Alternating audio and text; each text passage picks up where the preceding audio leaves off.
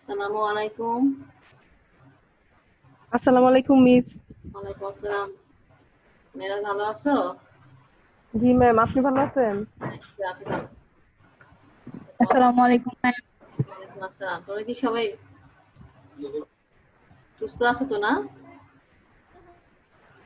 জি ma'am, আলহামদুলিল্লাহ।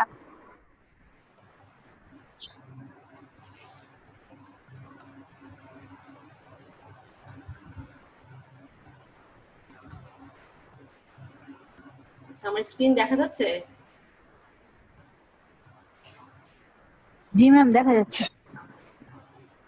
বাকিরা আস্তে আস্তে জয়েন করুন, ক্লাসটা শুরু করে দিই। হ্যাঁ, আচ্ছা, আজকে আমাদের চ্যাপ্টার 2 শুরু করার কথা। চ্যাপ্টার 3 আর 4 শেষ। 3-4 এর কোশ্চেনও দিয়ে দিয়েছি। তোমরা নিজ দায়িত্বে এবার বই থেকে সব বের করে করে দাগায় ফেলবা। যদি কোনো প্রবলেম থাকে তাহলে আমাকে জানাবা। আচ্ছা, কথা যদি কেটে কেটে আসে, আজকে আমার নেটের একটু প্রবলেম আছে, কেটে কেটে গেলে আমাকে একটু জানাইও।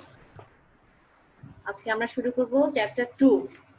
তো যেহেতু 3-4 শেষ, 1-এ আগে না গিয়ে 2 শুরু করলাম, কারণ 2টা ওই অনেকগুলো ক্লাসে হয় নাই, মানে বি সেকশনে মনে সম্মত হয়নি, 1টা মোটামুটি সব সেকশনে হয়ে গেছিল। তো সেই কারণে চ্যাপ্টার 2 থেকে শুরু করি, 2 শেষ করে আমরা 1 ধরবো। তো 2 চ্যাপ্টারেরও একই নিয়ম, আগের চ্যাপ্টারের মতোই। ওই এক চ্যাপ্টারের মধ্যে অনেকগুলো চ্যাপ্টার, সাব চ্যাপ্টার আছে। তো এই চ্যাপ্টারের টোটাল চ্যাপ্টার হচ্ছে কি 5টা, তার মানে 2.1 থেকে 2.5। আর আজকে চ্যাপ্টারটার নাম দেখো, স্ট্র্যাটেজিক মার্কেটিং প্ল্যানিং। চ্যাপ্টারের নাম দেখেই বুঝতে পারতেছো যে তোমাদের আগের পড়া চ্যাপ্টার থেকে আবার পড়াতে হবে। তো এখন আমি প্রতি ক্লাসে এটা বলি যে যা পড়াইতেছি আগের জিনিসই পড়তেছো। তো তোমাদের প্রশ্ন আসতে পারে, তাহলে আগের জিনিসই কেন পড়তেছি, নতুন কিছুই নাই? আসলে কি, আমাদের তো কোর্সটা হলো গিয়ে আহ, মানে মার্কেটিং এর কোর্সটা, তো মার্কেটিং এর বেসিক জিনিসগুলো নিয়ে কিন্তু আমরা অনার্স মাস্টার্স কমপ্লিট করাই। তো এখন বেসিক কোর্সে বেসিক জিনিস কিন্তু অল্প থাকে, মানে বেসিক জিনিসগুলো কিন্তু ব্রডলি এত জিনিস থাকে না। তো সেই জন্য ওই যেসব জিনিসগুলো আছে আমাদের বেসিক মূল কথাগুলো মার্কেটিং কোর্সে, সেগুলোই আসলে সব কোর্সেই যেটা করেছে কি ওরা বিভিন্ন ভাবে ডিসকাশন করেছে চ্যাপ্টার ওয়াইজে। মানে আমরা যেমন এখন নন প্রফিটের ক্লাস করতেছি, তাই নন প্রফিট কোম্পানিগুলো কিভাবে মার্কেটিং করতেছে, তাহলে মার্কেটিং এর বেসিক গুলো নিয়ে কিন্তু সব চ্যাপ্টারে একই কথা বারবার বলা হয়েছে। তো এই কারণে যেটা আজকে পড়াবো ওটাও কিন্তু আমরা এই ফার্স্ট ইয়ার থেকে, মানে অনার্স থেকে শুরু করে আমরা এই যে মাস্টার্স লেভেলেও এখনো পড়ছি। সেটা হচ্ছে স্ট্র্যাটেজিক মার্কেটিং প্ল্যানিং। এটা অলরেডি তোমাদেরকে মার্কেটিং ম্যানেজমেন্ট কোর্সে তোমাদেরকে আপা পড়াই ফেলছে। তো সেটাই আমরা আজকে আবার পড়বো, কিন্তু সেটা আমরা পড়বো হচ্ছে গিয়ে আমাদের ইয়ে করে, মানে কি বলে, আমাদের নন প্রফিটের ইয়েতে পড়বো, থিমে পড়বো। তো আসো তাহলে চ্যাপ্টার 2.1 এ কি কি আছে আমরা একটু দেখে নিই। 2.1 এ আছে হচ্ছে এই যে definition of strategic planning or strategic marketing planning. একই কথা, সংজ্ঞা পড়বো, তারপরে ইম্পর্টেন্স পড়বো, তারপরে পড়বো অর্গানাইজেশনাল মার্কেটিং প্ল্যানিং, তারপরে পড়বো হচ্ছে analysis organisation goals objectives and mission, analysing organisation culture, থট অ্যানালাইসিস। এরকম এই দেখো কতগুলো টপিক আছে।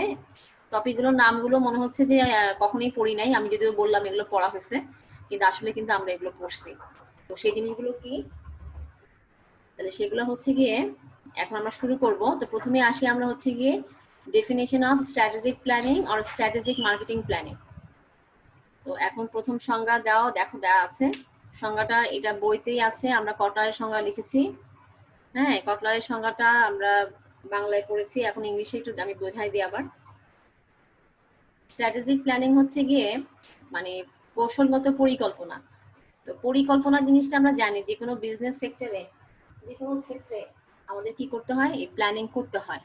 কিন্তু বিজনেস সেক্টরে হোক আর নন বিজনেস সেক্টরে হোক, অর্থাৎ নন প্রফিটই হোক, প্ল্যানিং নিয়েই কিন্তু কাজ করতে হয়। কিন্তু প্ল্যানিংটা বলা হচ্ছে কৌশলগত হতে হবে, স্ট্র্যাটেজিক হতে হবে। তাহলে এই ডিফারেন্সটা তাহলে কি হলো? ডিফারেন্সটা হলো গিয়ে আমরা কৌশলগত পরিকল্পনাতে আমরা যেটা করি, যেই প্ল্যানিংটা নিয়ে আমরা আগাচ্ছি, সেই প্ল্যানিংটা আমরা যখন অন্য কোনো প্রবলেমে পড়বো বা অন্য কোনো সুযোগের মধ্যে ঢুকবো, মনে করো আমি প্ল্যানিংটা করলাম এইভাবে আমি আমার মার্কেটিং করব, কিন্তু দেখা গেল আমার সামনে একটা সুযোগ চলে আসছে, তাহলে কখন আমাকে প্ল্যানিংটা চেঞ্জ করতে হবে। তাহলে সেই সুযোগটাকে যখন আমি আমার আমার যে স্কিল আছে, আমার যে মানে রিসোর্স আছে, সম্পদ আছে, সেই সম্পদের সাথে যখন আমি নিজেকে চেঞ্জ করব, সেটাই হচ্ছে গিয়ে স্ট্র্যাটেজিক মার্কেটিং প্ল্যানিং। তাহলে সেটা কিরকম হতে পারে, যেমন মনে করো আমি পণ্য বাজারে নিয়ে আসলাম, একটা প্ল্যানিং করলাম যে আমি এই বাজারে এই পণ্যটা সেল করব। এখন দেখা গেল আমি যখন সেল করা শুরু করে দিয়েছি, তার কিছুদিন পর দেখা গেল নতুন কোম্পানি একই রকম একটা ভালো পণ্য নিয়ে আসছে, তাহলে আমার পণ্য তো এখন কি হবে, লস খাবে। তখন আমি যেটা করতে হবে, আমাকে আগেই ঠিক রাখতে হবে যদি এরকম কোনো সিচুয়েশন আমি পড়ি, তাহলে আমার সেই ক্ষেত্রে আমি আমার পণ্যটাকে আবার কিভাবে দাঁড় করাবো বা ওদের সাথে আমি কিভাবে কম্পিটিশন করব, সেটাই হচ্ছে গিয়ে স্ট্র্যাটেজিক প্ল্যানিং, কৌশলগত পরিকল্পনা। এখানে কি বলছে, market oriented strategic planning is the managerial process. প্রথমেই রাখতে হবে, যেমন রাখতে হবে, প্ল্যানিং মানে হচ্ছে গিয়ে ম্যানেজারিয়াল প্রসেস, অর্থাৎ ব্যবস্থাপকীয় প্রক্রিয়া, যেটার কাজ হচ্ছে কি ডেভেলপ করা এবং মেনটেন করা a viable fit between organization objective, skill, resource and its changing marketing opportunities। অর্থাৎ তোমার যে মার্কেটে যে সুযোগটা আসবে, পরিবর্তনশীল সুযোগটা, সেই সুযোগটাকে যখন তুমি তোমার সম্পদ দিয়ে উদ্দেশ্যের সাথে কাজে লাগাবা, তোমার দক্ষতা দিয়ে, তখন তাকে বলা হচ্ছে কি স্ট্র্যাটেজিক প্ল্যানিং। তো সেই প্ল্যানিংটা ছবি দেখো আমরা নিচে দিয়েছি। প্রথমে আমাদের কাজ হচ্ছে, দেখো তিনটা আগে বক্স আছে, তারপর একটা দাগ আছে, মানে আমার স্ট্র্যাটেজিক প্ল্যানটা কখন শুরু হবে, ওই তিনটা দাগের পরে, তিনটা বক্সের পরে। তো প্রথম তিনটা বক্স হচ্ছে আমাদের নর্মাল প্ল্যানিং, যেটা আমরা কর্পোরেট লেভেলে করে থাকি, মানে প্রত্যেকটা কোম্পানি যখন বাজারে ঢুকবে তখন সে আগে একটা প্ল্যানিং করে, সেটা হচ্ছে প্রথম তিনটা। সেটা কি, ডিফাইনিং মিশন স্টেটমেন্ট। মিশন আমরা সবাই জানি, মিশন মানে লক্ষ্য, তো সেই লক্ষ্যটাকে আগে নির্ধারণ করতে হবে। তারপরে সেটা কি করতে হবে, setting company objective and goals. তোমার যে উদ্দেশ্য, তোমার যে লক্ষ্য, সেই উদ্দেশ্য লক্ষ্যের সাথে যেন মিশনটা তোমার অবশ্যই সামঞ্জস্যপূর্ণ হয়। Then designing business portfolio. Business portfolio মানে হচ্ছে তোমার অতীতে তোমার বিক্রয়ের অবস্থা কেমন ছিল আর বর্তমানে কেমন হচ্ছে, দুইটার মধ্যে যখন ডিফারেন্স খুঁজে পাবা, সেটা হচ্ছে গিয়ে পোর্টফোলিও। তো সেই পোর্টফোলিও তোমাকে বের করতে হবে। এরপরে গিয়ে দেখা গেছে যে আমি planning, marketing and other function strategy, অর্থাৎ এই তিনটা জিনিস যখন আমার সামনে স্টেপ বাই স্টেপ শেষ হবে, তারপরে গিয়ে যদি আমার মনে হয় যে আমার প্ল্যানিংটা চেঞ্জ করতে হবে বা যেই প্ল্যানিং করছে সেটাই রাখতে হবে, সেটাই হচ্ছে গিয়ে 4 নাম্বার বক্সে দেখানো হয়েছে, যে তিনটা কাজের পরে গিয়ে আমাদের কাজ হচ্ছে সেই প্ল্যানিংটা করা এবং মার্কেটিং এর সাথে আরো আদার কিছু ফাংশনাল কার্যক্রম করাকে বলা হচ্ছে গিয়ে স্ট্র্যাটেজিক প্ল্যানিং। তো সেই কৌশলগত পরিকল্পনার সালে এটা গেল মূল সংজ্ঞাটা। এটা যদি পরীক্ষায় 1 মার্কের আসে, তখন ছবি দেওয়ার কোনো দরকার নাই, শুধু সংজ্ঞা লিখলেই হবে। আর এইটা কোশ্চেন যখন আসবে, অনেক সময় আসতে পারে স্ট্র্যাটেজিক মার্কেটিং প্ল্যানিং, ওটাও যে অ্যান্সার হবে। যদি শুধু স্ট্র্যাটেজিক প্ল্যানিং আসে, তাহলে একই অ্যান্সার হবে। তাহলে এবার আসলে 2 নাম্বার কোশ্চেন, সেটা হচ্ছে ইম্পর্টেন্স অফ স্ট্র্যাটেজিক প্ল্যানিং। আমাদের এই স্ট্র্যাটেজিক প্ল্যানিং এর মানে গুরুত্বটা কি। প্ল্যানিং এর যেহেতু গুরুত্ব আছে, তার মানে স্ট্র্যাটেজিক প্ল্যানিং এর গুরুত্ব আরো বেশি আছে। কারণ আমি যখন একটা উদাহরণ যদি দেই, যে যখন মনে করো আমি রাস্তায় বের হলাম, বের হওয়ার পরে মনে করো আমি গাড়ি মিস করেছি, তাহলে আমি যে রাস্তায় বের হলাম, বের হওয়ার পরে আমি যেই গাড়ি দিয়ে যেখানে যেতে যাচ্ছিলাম, সেই গাড়িটা ছিল আমার, যাওয়াটা ছিল আমার প্ল্যানিং, নর্মাল প্ল্যানিং। বাট আমি এখন গাড়ি মিস করার পরে, তাহলে আমার এখন কি কি করতে হবে, আর নেক্সট কাজ আমার কি হবে, আমি হয় অন্য কোনো ওয়ে খুঁজতে হবে আমাকে পৌঁছানোর জন্য। তাহলে যখন আমি অন্য কোনো ওয়ে খুঁজলাম, আমার নিজের সামর্থ্য অনুযায়ী বা আমার নিজের দক্ষতা অনুযায়ী, এটা কি বলা হচ্ছে গিয়ে স্ট্র্যাটেজিক প্ল্যানিং। তার মানে প্ল্যানিং নর্মাল ওয়েতে যাবে, যদি কোনো কারণে পথে কোনো বাধা আসে তখন, অথবা যদি কোনো সুযোগ আসে, তাহলে সেই বাধা বা সুযোগকে যখন কাজে লাগানো হবে, করে নতুন কোনো প্ল্যানিং করা হবে, সেটাই কিন্তু কৌশলগত পরিকল্পনা। তার মানে এইটার গুরুত্ব অনেক বেশি। তো প্রথমে বলছে number 1, identify opportunities and threats. অর্থাৎ তোমার প্রথম কাজ হচ্ছে যে কৌশলগত পরিকল্পনা, তুমি উদ্দেশ্য হলো তোমাকে তোমার যে সুযোগ আছে, যে তোমার হুমকিগুলো আছে, সেগুলোকে আইডেন্টিফাই করার ক্ষেত্রে এই কৌশলগত পরিকল্পনা অনেক বেশি গুরুত্বপূর্ণ ভূমিকা রাখে। তো এরপর আসলে অ্যাসেসিং স্ট্রেংথ অ্যান্ড উইকনেস, অর্থাৎ এরপর হচ্ছে গিয়ে সুযোগ, পরে হলো গিয়ে সবলতা এবং দুর্বলতা। এটাকে যদি আমি পরিমাপ করতে চাই, সেক্ষেত্রে স্ট্র্যাটেজিক প্ল্যানিং এর গুরুত্ব অনেক বেশি। অর্থাৎ আমার কি সুযোগ আছে আর আমার দুর্বলতাগুলো কি, আমার সবলতাগুলো কি, হ্যাঁ, সেগুলো যখন আমরা বের করতে যাব, তখন অবশ্যই আমাদেরকে মাথায় রাখতে হবে যে এই স্ট্র্যাটেজিক প্ল্যানিং এর মাধ্যমে কিন্তু আমরা এগুলো, অর্থাৎ আমাদের SWOT অ্যানালাইসিস, সেটা করার ক্ষেত্রে এটার ভূমিকা অনেক বেশি। দেন হচ্ছে ডিফাইনিং দ্য কোম্পানি মিশন, যেটা একটু আগে বললাম, যে আমার নেক্সট কাজ হচ্ছে আমার কোম্পানি মিশন, যেটা আমার যে লক্ষ্য, কেন আমি কোম্পানি খুললাম, কোম্পানি খোলার পর আমার কাস্টমার কি হবে, আমি কোথায় কাজ করব, আমার উদ্দেশ্য কি, হ্যাঁ আমার কোম্পানির ক্রেতারা কিভাবে আমার কাছ থেকে পণ্যগুলো পাবে, এই বিভিন্ন ইস্যুগুলোকে যখন আমরা দাঁড় করাবো ওটাকে বলা হচ্ছে কি কোম্পানি মিশন। সেই মিশন ডিফাইন করার ক্ষেত্রে বলতেছে এই কৌশলগত পরিকল্পনার গুরুত্ব অনেক বেশি। দেন হচ্ছে আইডেন্টিফাই অ্যান্ড ফিলিং গ্যাপস, অর্থাৎ আমার কোম্পানিতে আমি যে আমার যে গ্যাপগুলো আছে, গ্যাপ মানে হচ্ছে যে আমি যে উদ্দেশ্য নিয়ে আসলাম যদি সেই উদ্দেশ্য আমার ফুলফিল না হয় তখন বুঝতে হবে আমার গ্যাপ আছে। তাহলে সেই গ্যাপগুলোকে কিভাবে আমি আইডেন্টিফাই করব আর আমি কিভাবে সেই গ্যাপগুলোকে আমি ফিল আপ করবো, তার জন্য স্ট্র্যাটেজিক প্ল্যানিং এর গুরুত্ব অনেক বেশি।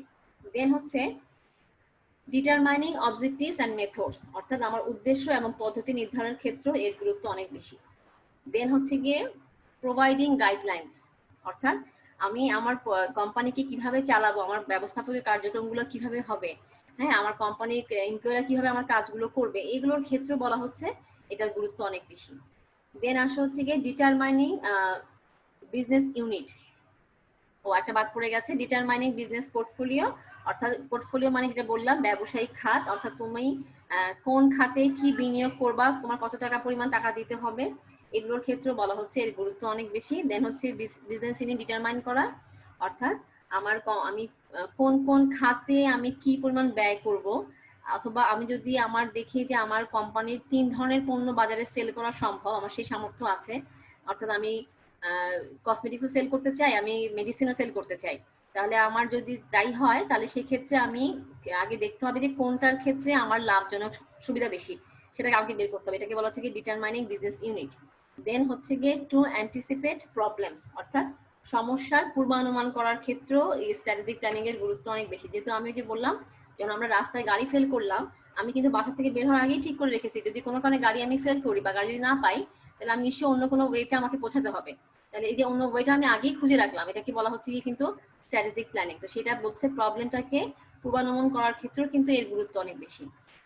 দেন হচ্ছে গ্রোথ অ্যানালাইসিস, অর্থাৎ আমার প্রবৃদ্ধি বিশ্লেষণ করতে হবে, অর্থাৎ আমার ভবিষ্যতে আমার কি অবস্থা দাঁড়াবে, আমি যে কোম্পানি দাঁড় করালাম সেই কোম্পানি যদি যে প্ল্যানিং আমি আগাচ্ছি সেই প্ল্যানিং এ আমার ভবিষ্যৎ কতটুকু উজ্জ্বল সেটার ক্ষেত্রে বলতেছে এর গুরুত্ব অনেক বেশি।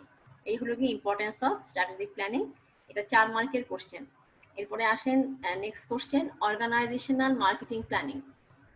আচ্ছা এটার বাংলা হচ্ছে গিয়ে সাংগঠনিক বাজারজাতকরণ পরিকল্পনা।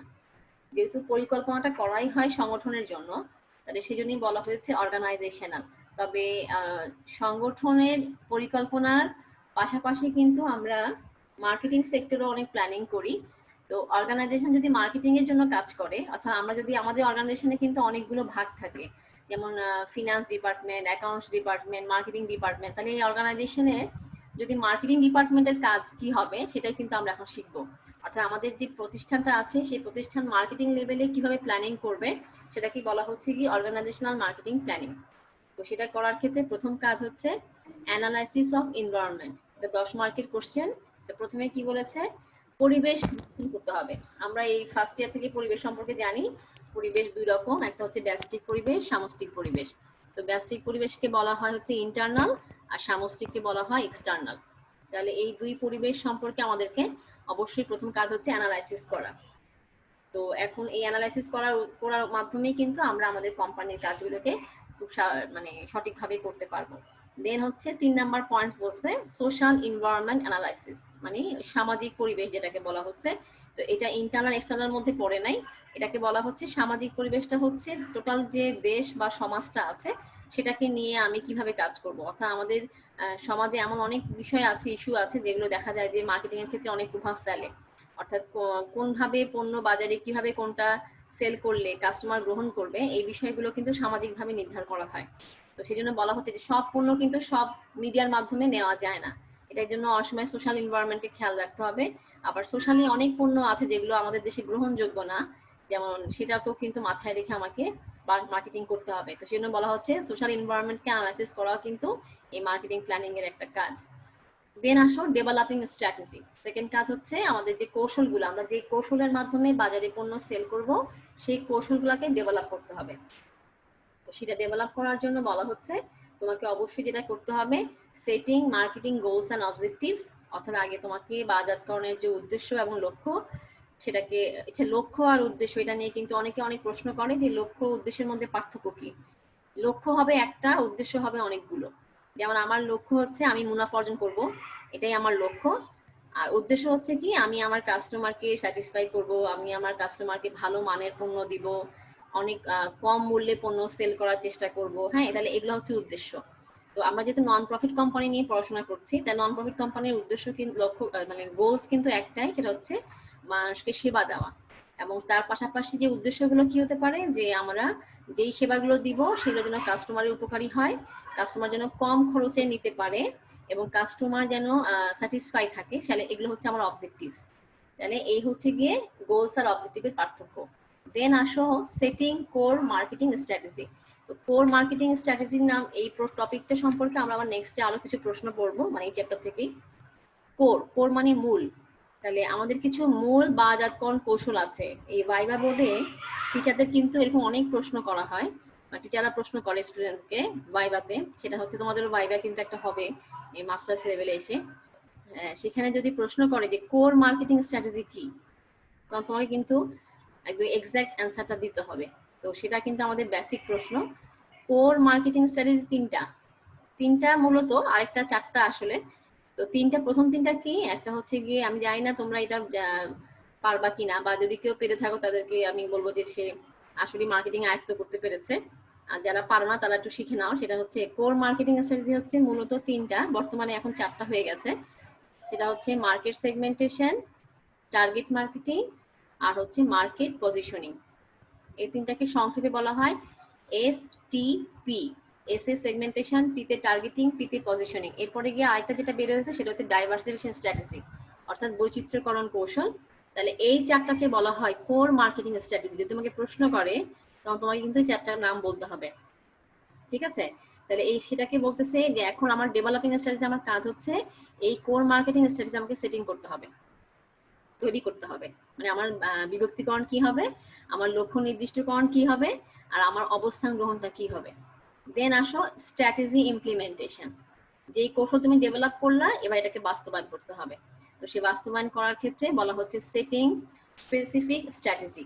প্রথমে বাস্তবায়নের প্রথম কাজই হচ্ছে বলতেছে তোমাকে একটা স্পেসিফিক স্ট্র্যাটেজি নিয়ে কাজ করতে হবে। মানে এমন না যে তুমি বাজারে পণ্য নিয়ে আসলা, আনার পরে প্রথমেই তুমি এসে দাম কমাই দিলা, প্রথমেই তুমি এসে বললা যে একটা কিনলে আরেকটা ফ্রি। তারপরে মনে করো তুমি প্রথমেই এসে বললা যে আমার পণ্যের মধ্যে অনেক অন্য কোম্পানি থেকে ভালো গুণ আছে। তাহলে এই এতগুলো স্ট্র্যাটেজি একসাথে নেওয়া যাবে না। বলতে তোমাকে যদি কোনো স্ট্র্যাটেজি ডেভেলপ করতে হয়, তোমাকে প্রথমে একটা নির্দিষ্ট স্ট্র্যাটেজি নিয়ে আসতে হবে, একটা স্ট্র্যাটেজি শুরু করতে হবে। দেন যখন আস্তে আস্তে তোমাকে কাস্টমাররা চিনবে, তারপরে গিয়ে তুমি আস্তে আস্তে তখন দুইটা তিনটা স্ট্র্যাটেজি যখন ফলো করতে পারবে। তারপরে গিয়ে 2 নাম্বার কি বলছে, স্ট্র্যাটেজি ইমপ্লিমেন্টেশন।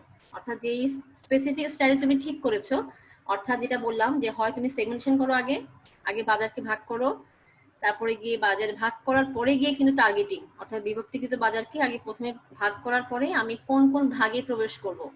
আমি কি, যদি ক্রেতা 2 রকম হয়, ছেলে আর মেয়ে, তাহলে কি ছেলেদের জন্য পণ্য আনবো না মেয়েদের জন্য?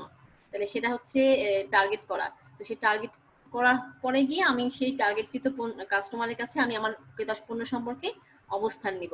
তাহলে এই যে একটার পর স্পেসিফিক স্ট্র্যাটেজি আমি নিলাম, সেটাকে এবার 2 নম্বরে বলছে কি করতে হবে, বাস্তবায়ন করতে হবে। বাস্তবায়ন করার পরে গিয়ে ফিক্সেশন অফ এফিসিয়েন্সি, অর্থাৎ তোমার এবার 3 নাম্বার কাজ হচ্ছে কর্মদক্ষতা নিরূপণ। অর্থাৎ তুমি তোমার এই স্ট্র্যাটেজিগুলোকে বাজারে এমন ভাবে ডেভেলপ করবা তোমার এমপ্লয়ীদের মাধ্যমে, তোমার প্ল্যানিং এর মাধ্যমে, যেন তোমার ক্রেতারা তোমাকে খুব মানে সাদরে গ্রহণ করে, বা তোমার পণ্যের ক্ষেত্রে, পণ্য সুনামের ক্ষেত্রে বা প্রতিষ্ঠানের সুনামের ক্ষেত্রে একটা বিরাট ভূমিকা রাখে। এই হলো গিয়ে অর্গানাইজেশনাল মার্কেটিং প্ল্যানিং। এবার আমরা যাব হচ্ছে নেক্সট কোশ্চেন, সেটা হচ্ছে গিয়ে analysis organisation goals, objectives and mission. এটাও একটা 10 মার্কের কোশ্চেন। এখানে বলা হচ্ছে তোমাকে সাংগঠনিক মিশন, উদ্দেশ্য ও লক্ষ্য বিশ্লেষণ করতে হবে। হ্যাঁ, সেটা কিভাবে করব, সেটা কি এখানে পয়েন্টস আকারে দাঁড় করাইছে। অর্থাৎ আমরা আমাদের কোম্পানির যে উদ্দেশ্য আর লক্ষ্য, যেটা একটু আগে বললাম, দুটা কিন্তু দুই জিনিস, উদ্দেশ্য, লক্ষ্য আর মিশন। এখানে তিনটা কথা বলা হয়েছে। তিনটা জিনিস আমি কিভাবে আমার প্রতিষ্ঠানে আমি ডেভেলপ করব বা বিশ্লেষণ করব। তো প্রথম কাজ হচ্ছে অ্যানালাইসিস অর্গানাইজেশন মিশন। প্রথমে তোমার কাজ হচ্ছে তোমার যে মিশনটা আছে সেটাকে আগে অ্যানালাইসিস করতে হবে। তো সেই মিশনটা কিন্তু এক ধরনের লক্ষ্যই কিন্তু আসলে। অর্থাৎ আমি যেটা বললাম যে গোলস মানে যে লক্ষ্য, মানে একটা লক্ষ্য যে আমি আমার প্রধান লক্ষ্য হচ্ছে মুনাফা অর্জন করা, অথবা আমার প্রধান লক্ষ্য হচ্ছে জনগণের সেবা করা। যেহেতু আমি নন প্রফিট কোম্পানি, জনগণের সেবাটাই আমার মূল লক্ষ্য। কিন্তু এই লক্ষ্যের সাথে কিন্তু একটা মিশন আছে, সেটাও কিন্তু আরেক ধরনের লক্ষ্য। সেটা কেমন লক্ষ্য? যে আমি আমার মিশন যেটা, আমি যেটা যে জনগণকে সেবা করতে চাই, এই সেবা করাটার পিছনে আমার মূল মিশন হচ্ছে আমি আমার প্রতিষ্ঠানকে এমন একটা অবস্থানে নিয়ে যাব যেন নন প্রফিট কোম্পানি হিসেবে আমার একটা বড় সুনাম তৈরি হয়। তাহলে ওটা হচ্ছে কি মিশন। তার মানে গোলস আর মিশনের মধ্যে ডিফারেন্স শুধু এইটুকুই যে মূল যে লক্ষ্যটা, সেই লক্ষ্যের সাথে যে কাজগুলো আমি করবো ওটাই আমার মিশন। আর অবজেক্টিভ বললাম যে অনেকগুলো অবজেক্টিভ নিয়েই কিন্তু এই মিশনগুলো শেষ হয়। তো এখন আমার প্রথম কাজ হচ্ছে সে অর্গানাইজেশন মিশনটাকে আমার তৈরি করতে হবে। তো সেই মিশন তৈরি করার পিছনে আমাদের এক খুব নামকরা জার্মানি অর্থনীতিবিদ আছেন, সে তার নাম হচ্ছে পিটার ডাকার। তো উনি বলতেছেন যদি কোনো কোম্পানি তার মিশনটাকে সঠিকভাবে বের করতে চায়, তাহলে কোম্পানি শুরু করার প্রথমে তাকে 5টা প্রশ্নের উত্তর দিতে হবে। সেই 5টা প্রশ্ন কি? প্রথমে বলছে হোয়াট ইজ আওয়ার বিজনেস, আমাদের ব্যবসাটা কি, সেটা আগে বের করতে হবে। দেন বলতেছে হু ইজ দ্য কাস্টমার, আমাদের ক্রেতা কারা কারা হবে সেটা বের করতে হবে। 3 নাম্বার উনি বলতেছে what is value of the customer, কাস্টমারদের ভ্যালু কি, অর্থাৎ ক্রেতারা কিভাবে পণ্যটা চায়, মানে কি ভ্যালু তারা আশা করে আমাদের কাছ থেকে। দেন হচ্ছে what will our business be, আমরা আমাদের বিজনেস জন্য কি করব। আর সেটা হচ্ছে পরটা হচ্ছে কি 5 number question, what should our business be, আমাদের এই বিজনেসটা দাঁড় করার জন্য আমাদের কি করা উচিত। তো পিটার ডাকার বলতেছে যদি কোনো প্রতিষ্ঠান তার মিশনটাকে বের করতে চায়, তবে তাকে এই 5টা প্রশ্ন যদি সে উত্তর পায়, তাহলে বুঝতে হবে তার মিশনটা সাকসেসফুল হয়েছে। তো সেই জন্য বলা হচ্ছে এই মিশনের জন্য একটা ভালো মিশন তৈরি করার জন্য তোমাকে অবশ্যই কিছু বৈশিষ্ট্য মানতে হবে। তো এখানে এই যে 5টা পয়েন্ট দেওয়া আছে, এই 6টা পয়েন্ট হচ্ছে কি মিশনের বৈশিষ্ট্য। একটা ভালো মিশন তৈরি করার ক্ষেত্রে কি কি বৈশিষ্ট্য থাকতে হবে? প্রথমে বলছে লিমিটেড নাম্বার অফ গোল, তোমাকে অল্প গোল নিয়ে কাজ করতে হবে। অনেকগুলা লক্ষ্য যদি থাকে না, তাহলে কিন্তু সেই মানুষ বা সেই প্রতিষ্ঠান খুব একটা নাম করতে পারে না। সেটাই বলতেছে, লিমিটেড নাম্বার অফ গোল থাকতে হবে। Importance on the policies and values, তোমাকে অবশ্যই নীতি এবং ভ্যালুর প্রতি গুরুত্ব আরোপ করতে হবে। অর্থাৎ তুমি তোমার কোম্পানিকে বেশি লাভজনক অবস্থায় পৌঁছানোর জন্য যদি তুমি নীতি নষ্ট করো, ভ্যালু নষ্ট করে দাও, তাহলে কিন্তু তোমার সেটা অবশ্যই সঠিক মিশন হবে না। তারপর বলছে ডিফাইনিং কম্পিটিটিভ স্পেয়ার্স, অর্থাৎ তোমাকে অবশ্যই প্রতিযোগিতামূলক ক্ষেত্র বের করতে হবে। অর্থাৎ তুমি যে সেক্টরে যাচ্ছ, যে পণ্য নিয়ে বাজারে আসতে যাচ্ছ, সেই বাজারে প্রতিযোগিতার কোনো মনোভাব আছে কিনা সেটা বের করতে হবে। তারপর লং টার্ম ভিউ, দীর্ঘদিন বাজারে টিকে থাকার চেষ্টা করতে হবে। আর অবশ্যই মিশনটা 5 নম্বরে কি বলছে, শর্ট, মিনিংফুল অ্যান্ড মেমোরেবল, তুমি এমন একটা মিশন নিয়ে আসো যেটা ক্রেতার মনে থাকবে, যে এই কোম্পানিটা যেই কাজে আসছে সেটা তাদের লোক। যেমন আমাদের কলেজ, সিটি কলেজে একটা মিশন বলাই আছে আমাদের নামের সাথে, সেটা হচ্ছে গিয়ে সেন্টার অফ এক্সিলেন্স। হ্যাঁ, আবার অটোবি দেখো ওরা বলছে আমরা ওয়ার্ল্ড ক্লাস ফার্নিচার। তাহলে এই যে মানে মিশন তাদের, তারা বলছে আমরা হচ্ছে ওয়ার্ল্ড ক্লাস ফার্নিচার। তাহলে এই ওয়ার্ল্ড ক্লাসটাকে ওরা দেখো কত শর্ট আকারে তৈরি করেছে, এবং এটার মাধ্যমে কিন্তু অনেক কিছু ওরা বুঝাই দিচ্ছে কাস্টমারকে। এই জন্য বলা হচ্ছে যে অবশ্যই মিশনের যে বক্তব্য থাকবে সেটা যেন অবশ্যই শর্ট হয়, মিনিংফুল হয়, মেমোরেবল হয়, যেন কাস্টমার মনে রাখে। এমন কোনো মিশন তৈরি করো না যেটা অনেক বড় আকারে লিখছো তুমি, যেটা কাস্টমার মনেই নেই, কাস্টমার ভুলেই গেছে যে আসলে কোম্পানি আমাদের কাছে কি চাচ্ছে, সেটা মাথায় রাখতে হবে। দেন হচ্ছে গিয়ে কনসিস্টেন্ট, যেটা বলা হচ্ছে মিনিং হচ্ছে সামঞ্জস্যপূর্ণ, অর্থাৎ মিশন যেন পরিবেশের সাথে সামঞ্জস্যপূর্ণ হয়। অর্থাৎ আমাদের যে পরিবেশে যে আমরা উপাদানগুলো শিখেছিলাম, যেটা একটু আগে বললাম ব্যষ্টিক আর সামষ্টিক পরিবেশের, অর্থাৎ যে আমাদের সেই কালচারাল পরিবেশ, আমাদের জিওগ্রাফিক পরিবেশ, ডেমোগ্রাফিক পরিবেশ, আমাদের ক্রেতা, এই যে ব্যষ্টিক যেগুলো আছে, হ্যাঁ কোম্পানি, এই প্রত্যেকটা পরিবেশের যেন সামঞ্জস্যপূর্ণ হয়, সেটা অবশ্যই সেভাবে মিশন তৈরি করতে হবে। দেন আসো second point, analysis organisation objectives, অর্থাৎ সাংগঠনিক উদ্দেশ্য আমাদেরকে বিশ্লেষণ করতে হবে। অর্থাৎ আমি যেটা বললাম যে গোলস কিন্তু একটা হতে পারে, কিন্তু উদ্দেশ্য কিন্তু অনেকগুলো হবে।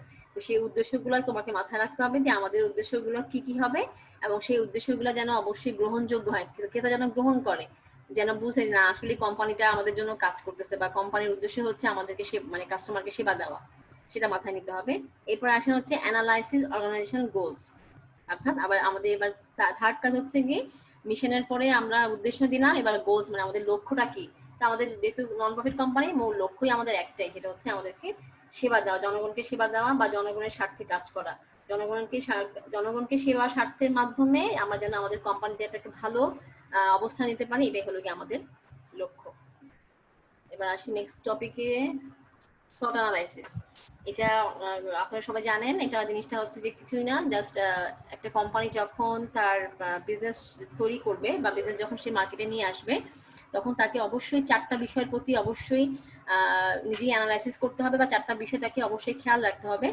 যে সেটা 4টা জিনিস কি, একটা হচ্ছে স্ট্রেংথ, একটা হচ্ছে উইকনেস, অপরচুনিটি আর থ্রেটস। তো আমরা এখানে দেখো যে ছবিটা দিয়েছি, ছবিটা কিন্তু বেসিক্যালি আমাদের নন প্রফিট কোম্পানির SWOT অ্যানালাইসিস। আমরা কিন্তু এর আগে এই পর্যন্ত যত ক্লাস করেছি ফার্স্ট ইয়ার থেকে, SWOT অ্যানালাইসিসটা আমরা করেছিলাম হচ্ছে গিয়ে প্রফিট কোম্পানির জন্য, কিন্তু নন প্রফিট কোম্পানির SWOT কেমন হবে। তো SWOT জিনিসটা যদি এখন বলো যে SWOTটা কি, এটা কিন্তু খুব ইজি একটা বিষয়। যে যদি এখন মনে করো তুমি বিয়ে করতে যাচ্ছ, সাপোজ বিয়ে করতে গেলেও কিন্তু আমরা SWOT অ্যানালাইসিস করি, আমরা যে কোনো ক্ষেত্রে আমরা কিন্তু SWOT করেই কিন্তু আমরা আমাদের কাজে হাত দিই। যেমন প্রশ্ন, ম্যাডাম বিয়ের সময় কেন SWOT অ্যানালাইসিস করবে?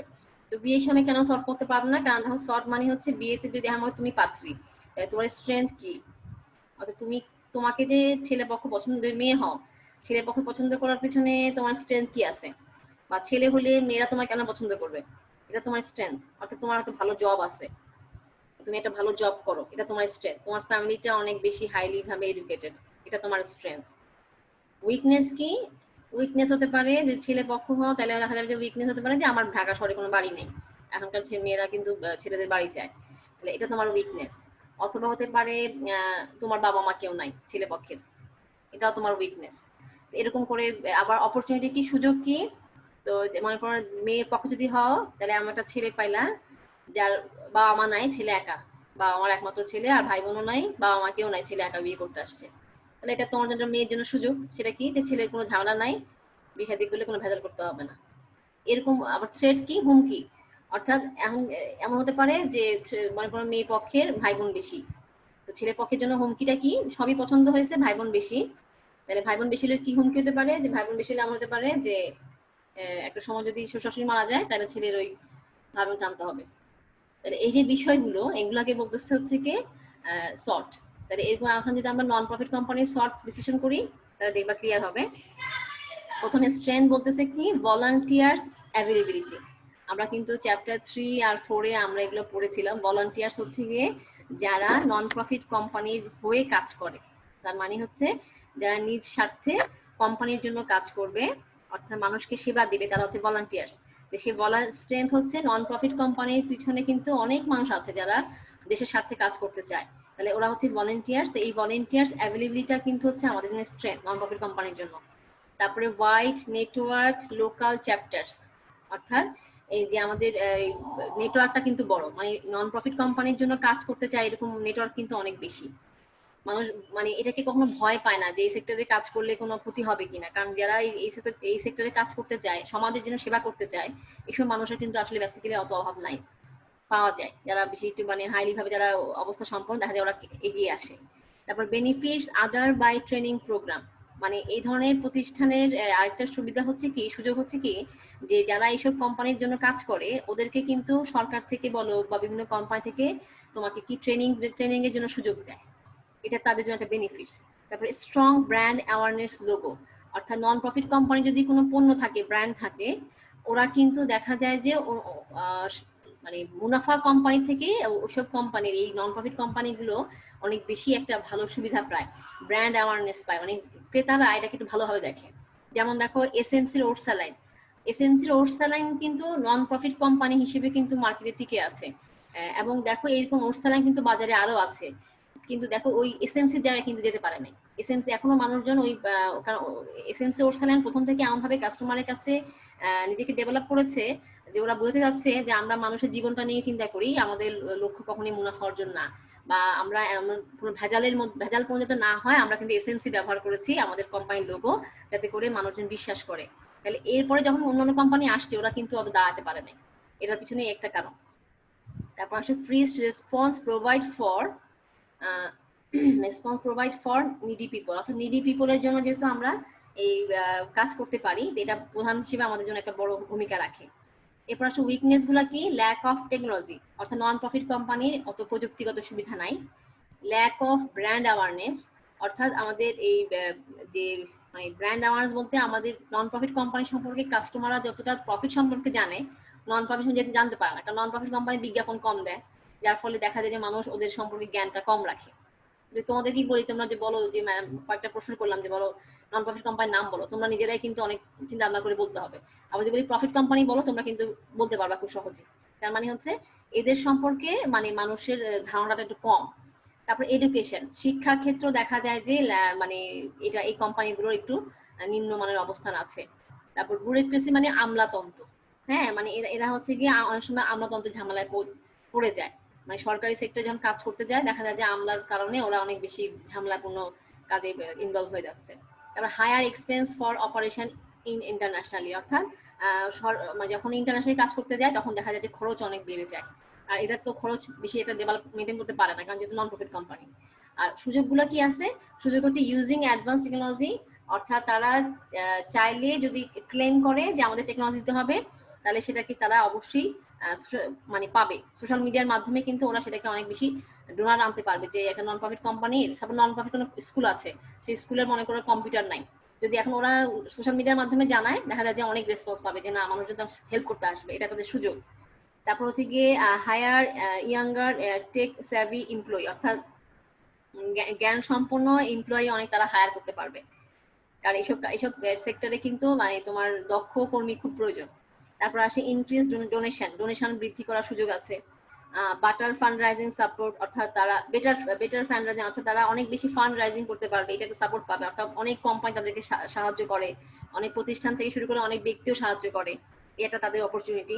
মোটিভেশন কি, college credit, certificate, free food, networking, অর্থাৎ এদেরকে অনেক বেশি অনেক ক্ষেত্রে ক্রেডিট দেওয়া হয়, অনেক সার্টিফিকেটের মাধ্যমে ওদেরকে কোম্পানিকে অনেক বেশি পরিচিত করে তোলা হয়, এটার জন্য তাদের একটা সুযোগ কাজ করে। আর থ্রেডস গুলো কি, কম্পিটিটিং নন প্রফিট অর্গানাইজেশন, অর্থাৎ নন প্রফিট যে কোম্পানিগুলো আছে এদের সাথে কম্পিটিশন করতে হয় অনেক বেশি, যখন দেখা যায় যে ওরা অনেক ক্ষেত্রে পিছিয়ে পড়ে।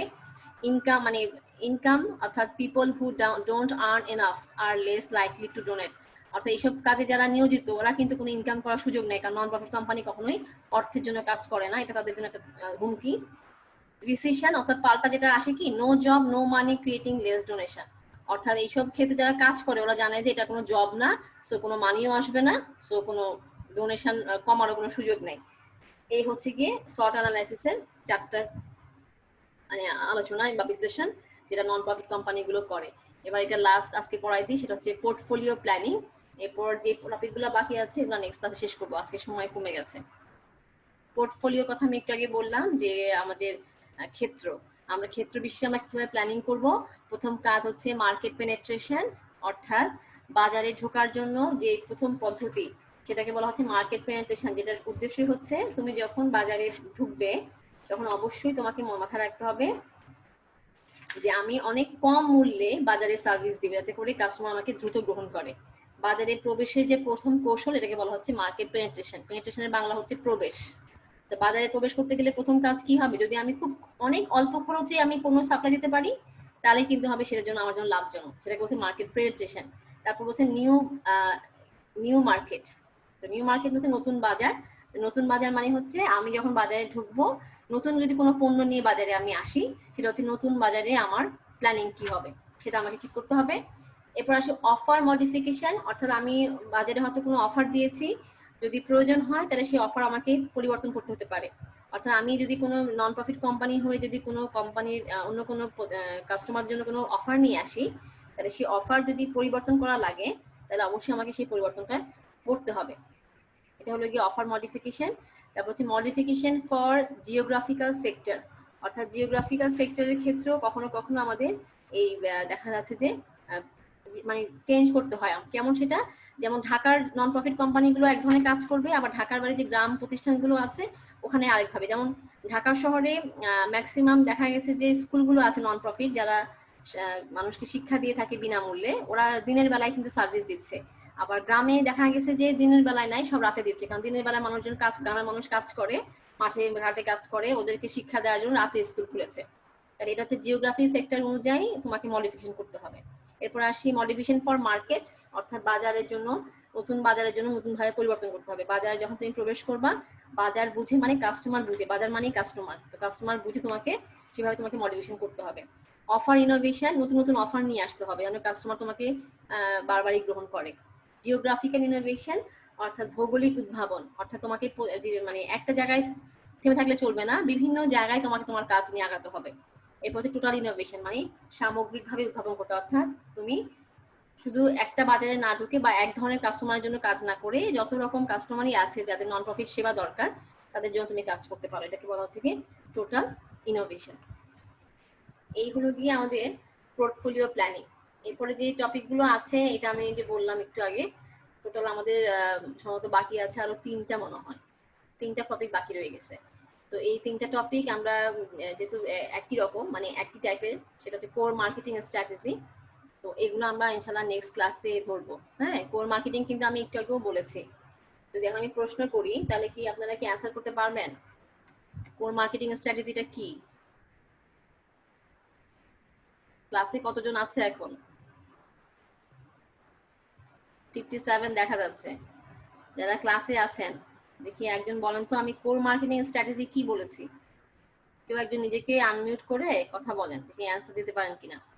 কোর মার্কেটিং স্ট্র্যাটেজি কয়টা পয়েন্টসের নাম বলেছি? আসলে কি ক্লাস কি করা হয় নাকি? আসসালামু আলাইকুম ম্যাম। জি ম্যাম, চারটা বলেছিলেন: মার্কেটিং সেগমেন্টেশন, হ্যাঁ, market targeting, very good. Market positioning, আর আরেকটা মার্কেট ডাইভার্সিফিকেশন। আচ্ছা, থ্যাংক ইউ ইসরাত যে তুমি বলতে পারছো। এই 4টা পয়েন্টস কিন্তু আমরা ফার্স্ট ইয়ার থেকে পড়েছি না? মনে পড়ে এগুলো? জি ম্যাম, এগুলো মার্কেটিং এ পড়েছি। মার্কেটিং এ পড়েছো, এখনো কিন্তু পড়তেছো। তাহলে সেই কোর মার্কেটিং স্ট্র্যাটেজি নিয়ে আমরা নেক্সট ক্লাসে ইনশাআল্লাহ আবার তখন এই যে আলোচনা করবো ডিটেইলস ভাবে, ঠিক আছে? তো আচ্ছা, এরপরে যেটা আচ্ছা ম্যাম। হ্যাঁ, এরপর যেটা আজকে পড়াছিলাম স্ট্র্যাটেজিক প্ল্যানিং, এটা নিয়ে কারো কোনো কনফিউশন আছে? এটাও কিন্তু আমরা এই যে মার্কেটিং ম্যানেজমেন্টে করতেছি, এখন আবার এই আজকে পড়লাম। স্ট্র্যাটেজিক প্ল্যানিংটার আর প্ল্যানিংটার মধ্যে ডিফারেন্স কি? শুধু প্ল্যানিং আর স্ট্র্যাটেজিক প্ল্যানিং, দুইটার মধ্যে আমি যদি স্ক্রিনটাকে আমি আবার দেখাই, আমি আমার ক্লাসে আবার যদি দেখাই যে যেটা পড়াইছি একটু আগে, স্ট্র্যাটেজিক প্ল্যানিংটা ছিল হচ্ছে, দেখো সংজ্ঞাটা যেটা দিয়েছিলাম, দেখি কেউ একজন সংজ্ঞা দেখি আমাকে বোঝান যে আসলে কি বুঝছেন। শুধু এটা বলতে হবে যে প্রথমে যে স্ট্র্যাটেজিক প্ল্যানিং হচ্ছে কি ম্যানেজিয়াল প্রসেস, ব্যবস্থাপকীয় প্রক্রিয়া। তো এটার কাজ কি, কিভাবে ওরা স্ট্র্যাটেজিক প্ল্যানিং করবে? আমি কিন্তু বলছি যে পরিকল্পনা আর কৌশলগত পরিকল্পনা ডিফারেন্স আছে। প্ল্যানিং হচ্ছে আমরা নর্মাল যে প্ল্যানিং সবসময় করি, রেগুলার বেসিসে যেটা করতে হবে করা লাগে, সেটা হচ্ছে প্ল্যানিং। কিন্তু সেই প্ল্যানিংটা যদি আমি স্ট্র্যাটেজিকলি করি তাহলে সেটা বলতে কি বোঝাচ্ছে? আর একটা উদাহরণ দিয়ে বোঝান যে একটা কোম্পানি যদি কোনো পণ্য বাজারে নিয়ে আসে তাহলে সেক্ষেত্রে স্ট্র্যাটেজিক প্ল্যানিং কিভাবে করবে সে? ছেলেরা কি ক্লাসে আছে? তারা কি কেউ অ্যান্সার করতে পারবে? হ্যাঁ, কে অ্যান্সার জি করতেছে? ম্যাম। হ্যাঁ, নাম দেখা যাচ্ছে না কেন? কে অ্যান্সার করতেছে? নাম বলো আগে।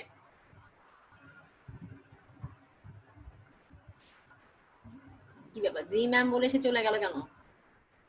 জি ম্যাম।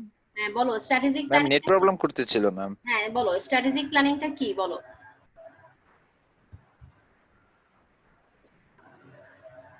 প্রথমেই বলেছি এটা ম্যানেজিয়াল প্রসেস, তারপরে এরপর আর কি বলবো আমরা এটাকে? এটা হচ্ছে এমন একটা ম্যানেজিয়াল প্রসেস যে প্রসেস ডেভেলপ করে এবং মেইনটেইন করে, কি মেইনটেইন করে? অর্গানাইজেশনের যে অবজেক্টিভ আছে, স্কিল আছে, রিসোর্স আছে, সেটাকে মার্কেটিং এর যে সুযোগ চেঞ্জ হচ্ছে তার সাথে নিজেকে ডেভেলপ করে। তার মানে আমি একটা একটা টেকনোলজি নিয়ে ঢুকলাম, কিন্তু দেখলাম যে ভবিষ্যতে আরো চেঞ্জ হয়ে গেছে কোম্পানি, মানে অন্যান্য কোম্পানিগুলো আরো ভালো কিছু নিয়ে আসতেছে। তাহলে আমি কি করবো? আমি কি চেঞ্জ করবো নাকি আমি আগের জায়গায় থাকবো? আমি কিন্তু চেঞ্জ করবো। তাহলে এই যে আমি চেঞ্জ করতেছি এটাকে বলা হচ্ছে কি স্ট্র্যাটেজিক প্ল্যানিং। মানে নতুন নতুন সুযোগের সাথে যখন নিজেকে আমি চেঞ্জ করব, আমার সম্পদের সাথে মিলিয়ে, আমার স্কিলের সাথে মিলিয়ে, মানে আমার দক্ষতা যেটুকু আছে সেটাকেই বলা হচ্ছে গিয়ে স্ট্র্যাটেজিক প্ল্যানিং। ঠিক আছে? তো এই জিনিসগুলো আগামী ক্লাসে আমি দরকার আবার ক্লাস শুরু আগে ধরবো। আর 3টে টপিক বাদ রয়ে গেছে, এগুলো সহ আগামী ক্লাসে চ্যাপ্টার 2.2 ধরবো। ঠিক আছে? তো ভালো থাকো। আজকে তাহলে এই পর্যন্তই ক্লাস থাকবে।